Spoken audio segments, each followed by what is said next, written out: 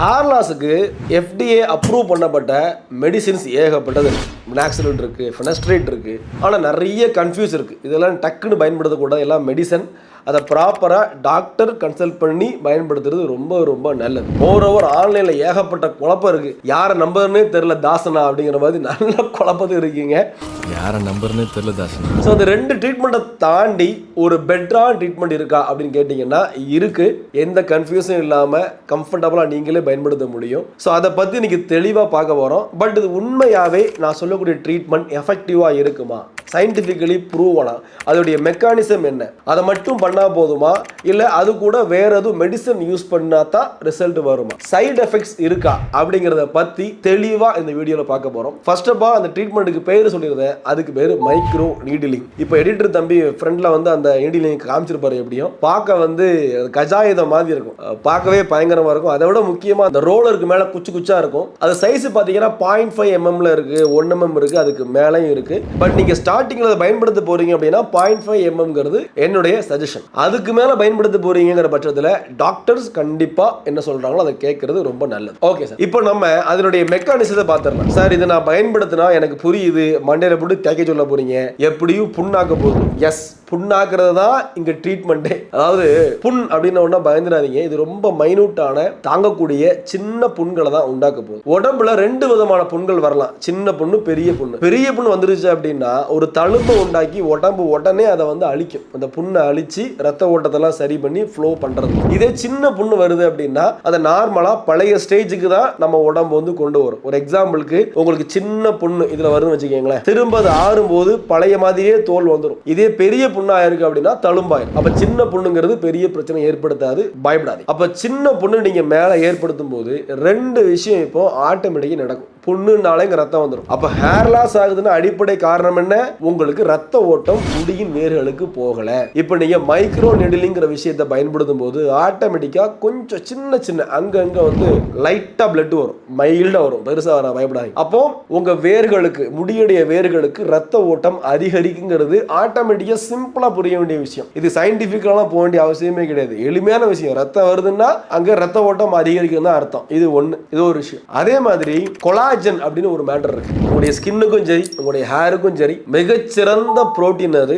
அந்த புரோட்டீன் அதிகமா கிடைச்சது அப்படின்னா ஹேர் growth வேற லெவல்ல இருக்கும். இதையுமே மைக்ரோ நீடிலிங் ப்ராசஸ் மூலமா கொலாஜன் கூடுது, நிறையவே கூடுது அப்படிங்கிறத சயின்டிபிக்கலா ப்ரூவன் பண்ணியிருக்காங்க. அதை விட முக்கியமா ஹேருக்கு முக்கியமான மெடிசன் தூக்கம். நான் முந்தைய சொல்லியிருக்கேன், நல்லா தூங்கணுங்க. நீங்க தூங்கி முழிச்சா ஹேர் நல்லா கண்டிப்பா இருக்கும், பயப்படாதீங்க சொல்லியிருக்கேன். அது எப்படி எப்படின்னா சத்து குறைபாடா இருக்கீங்கன்னா அது ஓகே. உங்களுக்கு ஜெனட்டிக்கா ஹேர் லாஸ் இருக்குன்னா அது வேற பிரச்சனை. சத்து குறைபாடால உங்களுக்கு ஹேர் லாஸ் ஆகுது அப்படின்னா தூக்கம் முக்கியமான அருமருந்து, அதுல எந்த மாற்றுக்கிறதும் கிடையாது. அதை எப்படி சொல்றேன் அப்படின்னா growth ஃபேக்டர்னு ஒரு விஷயம் இருக்கு. இந்த growth ஃபேக்டர் என்ன பண்ணும் அப்படின்னா உங்களுடைய உடம்புல உள்ள எல்லா செல்களும் ப்ராப்பரா தன்னுடைய வேலையை செஞ்சுக்கிறதுக்கு ஒரு சப்போர்ட் பண்ணும். அப்போ முடியுடைய வேர்களும் ஒரு செல்லால் ஆனது. அந்த செல்லும் ப்ராப்பரா தன்னுடைய வேலையை பார்த்துட்டு இருக்குன்னா முடியெல்லாம் சீக்கிரம்லாம் கழியாது. இதான் உண்மையும் கூட. அப்போ growth ஃபேக்டர் உங்க உடம்புல ப்ராப்பரா இருக்கு அப்படிங்கிற பட்சத்தில் உங்களுடைய முடியும் கழியறதுக்கு வாய்ப்புகள் கம்மி. மைக்ரோ நீடிலிங் பயன்படுத்துறதுனால growth ஃபேக்டரும் இன்க்ரீஸ் ஆகுது அப்படின்னு சொல்லப்பட்டிருக்கு. அப்போ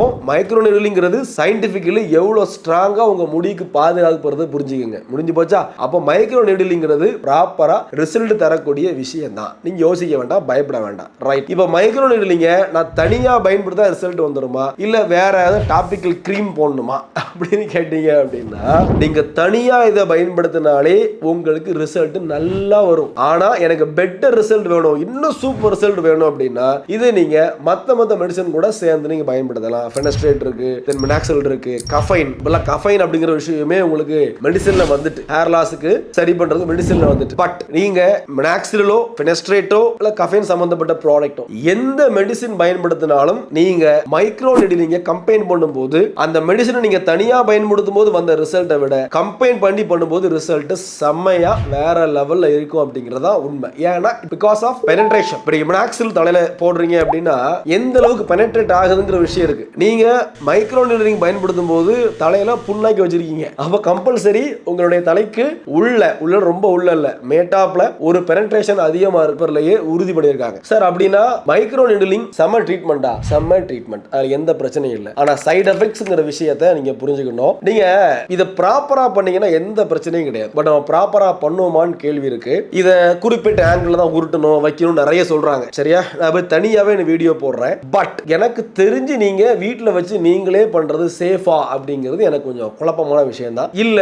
கரெக்டா யூடியூப்ல வீடியோஸ் இருக்கு, அதை ப்ரொஃபஷனல்ஸ் டாக்டர்ஸ் போடுறாங்களான்னு பாருங்க. டெர்மட்டாலஜி படிச்ச டாக்டர் போடுறாங்களா? நானே போட்டா கூட நீங்க தயவு செய்து டெர்மட்டாலஜி படிச்ச டாக்டர் போடுற வீடியோ போய் ரெஃபர் பண்ணுங்க. நான் போடுற வீடியோக்கும் அவங்க போடுற வீடியோக்கும் எந்த அளவுக்கு மேட்ச் ஆகுது, ப்ராப்பரா தான் இருக்காங்கிறத புரிஞ்சுட்டு அதுக்கப்புறம் நீங்க பயன்படுத்துறது நல்லது. அதை விட பெட்டரா நீங்க என்ன பண்ணலாம், பக்கத்துல உள்ள ப்ராப்பரான கிளினிக் இருக்கும், அஃபோர்டபுள் கிளினிக் ஏகப்பட்டது இருக்கு. அங்க ஒரு தெரபிஸ்ட் எக்ஸ்பீரியன்ஸா இருப்பாங்க. நீங்க வாரத்துக்கு 2 வாட்டி மைக்ரோலீடிங் பண்ணா பெட்டர் நான் சொல்றேன். மினிமம் நீங்க வாரத்துக்கு 1 வாட்டி பண்ணாலே மேபி நீங்க ரிசல்ட் பாக்குறதுக்கு நிறைய வாய்ப்புகள் இருக்கு. சரியா தெரபிஸ்ட் வச்சு கரெக்டான ஆங்கிள், கரெக்டான பதத்துல, கரெக்டான பிரஷர்ல நீங்க பண்ணும்போது ரிசல்ட்டும் வரும், உங்களுக்கு சேஃபும் கூட. தெரியாதனமா அங்கங்க கீச்சு விட்டீங்கிற பட்சத்துல திரும்ப தழும்புகள் வர்றதுக்கு வாய்ப்புகள். இதெல்லாம் மனசுல வச்சுட்டு எப்படி என்னங்கிற முடிவு பண்ணிட்டு பயன்படுத்துங்க. இதே மாதிரி ஓப்பன் அப்பா ஹேரை பத்தி தெளிவா தெரிஞ்சுக்கணும். நம்முடைய சேனலை சப்ஸ்கிரைப் பண்ண மறந்துடாதீங்க. அப்புறம் முக்கியமா ஒரு லைக்கை போட்டு உங்க டவுட் இருந்தா கமெண்ட்ல கேளுங்க. உங்க ஃப்ரெண்டு ஹேர் ராசன் குழம்பிட்டு இருந்தா இந்த வீடியோ ஷேர் பண்ணுங்க, அவருக்கு தேவைப்படட்டும். தேங்க்யூ. சந்துரு.